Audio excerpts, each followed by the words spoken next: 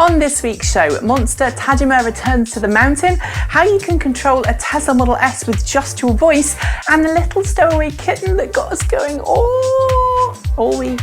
These stories and more coming up next on 10. Enjoying today's show on YouTube and want to read the stories we're referring to today? Either click on the little information bar at the top of this video in selected stories, or head to our website at www.transportevolve.com, where you'll find the latest future car news, as well as our buying guides, tech primers, and of course, our weekly show notes. It's Friday, June 5th, 2015. I'm Mickey Gordon-Bloomfield, and I never thought I was going to venture cute kitty cats on my show, but I am. Best new thing in the world of future cars? I think so.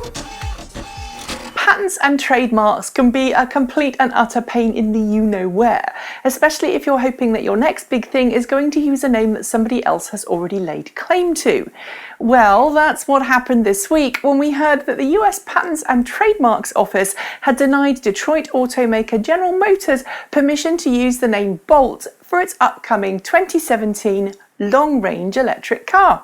The name apparently was already registered to Yamaha motorcycles for use on a street cruiser, and thus the US Patent and Trademarks Office said that allowing Chevy to use the same name would just be too confusing. But in the best traditions of working together, GM and Yamaha were soon able to work out something, leading to the granting of the name Bolt EV, rather than just Bolt, to GM to use on what we think will be next year's biggest electric car. So if you're going to mention this car to anyone, be sure to add the letters E and V to that all-important Bolt. As we've just come to the end of May, it's time again for the monthly EV sales report card, and as our friends over at Green Car Reports detailed on Wednesday, the late spring weather has helped to lift us out of the plug-in doldrums of the past few months. Sales of the Nissan Leaf were up dramatically on the previous month, totaling 2,104 sales, while the Chevy Volt, its nearest competitor, managed 1,618 cars. While that's far lower than in previous years, it's the best figure since August last year for the Volt, and we should note that there's a brand new version in the wings waiting to hit dealers this fall, which means that sales are going to be lower anyway. Sales of the BMW i3 meanwhile totaled 818 cars, more than twice the number recorded for April, with its German rival, the Volkswagen e-Golf, racking up 410 sales. As usual, Tesla Motors hasn't given a month-by-month breakdown, but we'll get more accurate figures at the end of this month when it releases its Q2 sales estimate a few days after the quarter ends. If you're a Gen Xer, the chances are you grew up with a whole host of TV shows that promised you the day when you could talk to your car and have it talk back at you. Yep, I'm looking at you, Michael Knight. Anyway, this week, our dream of talking to our cars came true, courtesy of that clever coding guy known as Alan Wong, founder of Rego Apps and the Smartest Apps. As we told you last month, Wong has just published his $9.99 Apple Watch a Remote S app, enabling you to do the same things with your Apple Watch as you can with Tesla's official iOS and Android apps. Well, this week he released a video of himself talking to his watch and have it carry out specific actions on his Tesla Model S. From unlocking the car to opening the sunroof, we think it's particularly fun. It's not in the App Store yet, but hey, we don't care. Just talk nerdy to me and I'll be fine. This is Nobuhiro Monster Tajima, legendary rally champion, hill climbing boss, and all-round good guy. While most people his age are looking forward to retirement, Monster keeps pushing the bounds of what's possible, setting record after record at the annual Pikes Peak International Hill Climb. Since 2012, Monster has completed the 12.72-mile course in an electric rather than gasoline-powered car, citing concerns over global warming and, we're guessing, the knowledge that electric motors give full power all the way to the top of the mountain. Well, for 2015, Monster has just teamed up with Rimac Automobili, the same folks who built the Rimac 1 supercar. As you might expect, the union of two automotive legends means that Monster's car this year will be powered by a total of 1.1 megawatts, yes, I just said megawatts, in the form of 4 chain-driven electric motors. The specs are unbelievable, and we're told that this year's racer, twice as powerful as the electric car Monster drove last year, will hit 60 miles per hour in just over 2 seconds and go on to hit 125 miles per hour in 5.6 seconds. Watch this space because this year's race to the sky is going to be blisteringly quick.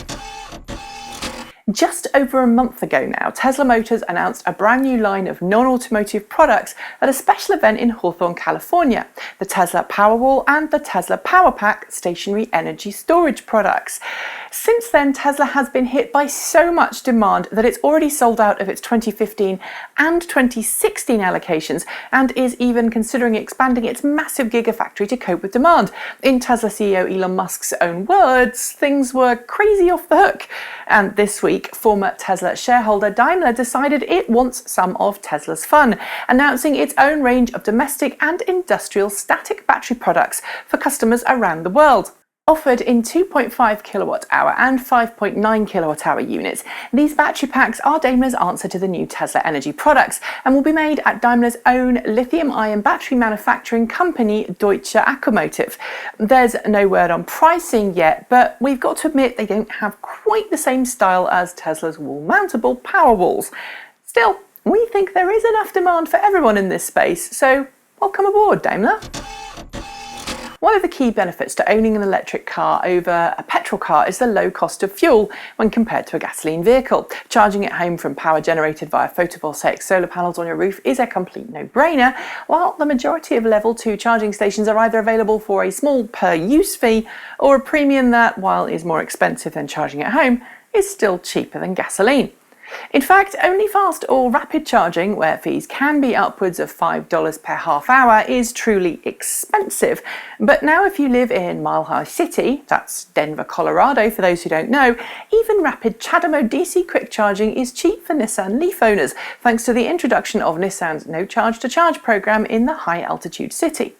As we explained earlier this week, Nissan's No Charge to Charge program, which offers new Leaf owners 2 years of free electric car charging at both public level 2 and rapid charging stations, has been gradually expanding itself across the US since it launched about 14 months ago. The 17th key market to welcome the program, Denver joins San Francisco, Los Angeles, Sacramento, San Diego, Seattle, Portland, Oregon, Chicago, Atlanta, Georgia, Indianapolis, Nashville, Phoenix, Dallas-Fort Worth, Houston and Washington DC in offering free Leaf charging, and it will be supposedly joined by another 8 regions before the end of the year. Toyota continued its long advertising campaign for the upcoming 2016 Toyota Mirai hydrogen fuel cell car this week by releasing the second in its Fueled by Everything TV series. Unlike the first one, in which we learned how the hydrogen fuel cell sedan could be powered by hydrogen made from cow poop, this one focuses on a place in Pennsylvania which was once famous for its oil wells. In an ad which Toyota said was the petroleum past helping to fuel the hydrogen future, we see a tame chemist who also happens to be the founder of a company specialising in large-scale hydrolysis equipment to a local high school in order to collect water from the aptly named oil creek in order to turn it into oxygen and hydrogen with the help of some electricity. Cool, lots of inspirational music and hugs all round, but as we and several others have noted, the film doesn't address how energy inefficient the process of electrolysis can be. Still, it's a neat film as long as you realise that there's a lot of energy being used to make hydrogen and oxygen from water that isn't really discussed much in that video. And finally, because we promised it at the top of the show, the ultimate union of the internet: cats and Tesla electric cars. As we told you on Tuesday, this tiny Wibble feral kitten decided this time last week to turn the area between the suspension and electric motor in the Tesla Model S of Austin, Texas resident John Griswell into its home. After attempts to extract the feline using tempting food failed, or rather entice the kitten out before it jumped back in again, Griswell was forced to take his Model S to the local Tesla service centre for some expert help in removing this tiny ball of fluff from the rear of his car. The kitten, we understand, is alive and well and ready to go to its new adopted home. Catastrophe averted.